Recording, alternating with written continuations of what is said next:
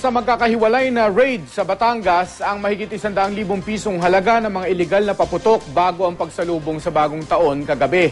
May mga nakumpiska ring iligal na paputok sa Manawag, Pangasinan. Makibalita tayo kay Katrina Aquino ng GMA Dagupan.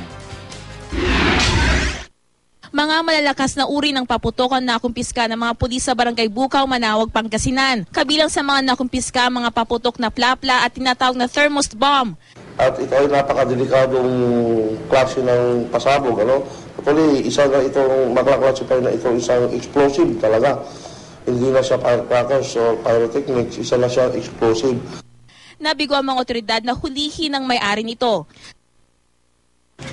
Sa Batangas, nasabat sa magkakahiwalay na raid ang mahigit 100 at 50,000 pisong halaga ng mga iligal na paputok.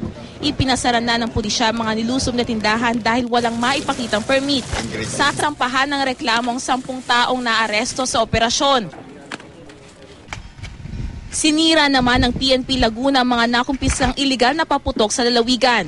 Binasa nila ang mga paputok na nasa 1.2 milyong piso ang halaga. Nakumpiska ang mga paputok sa halos 1 linggong paglilibot ng mga otoridad sa mga tindahang walang maipakitang permit. Katrina Aquino, Nagbabalita, Pilipinas.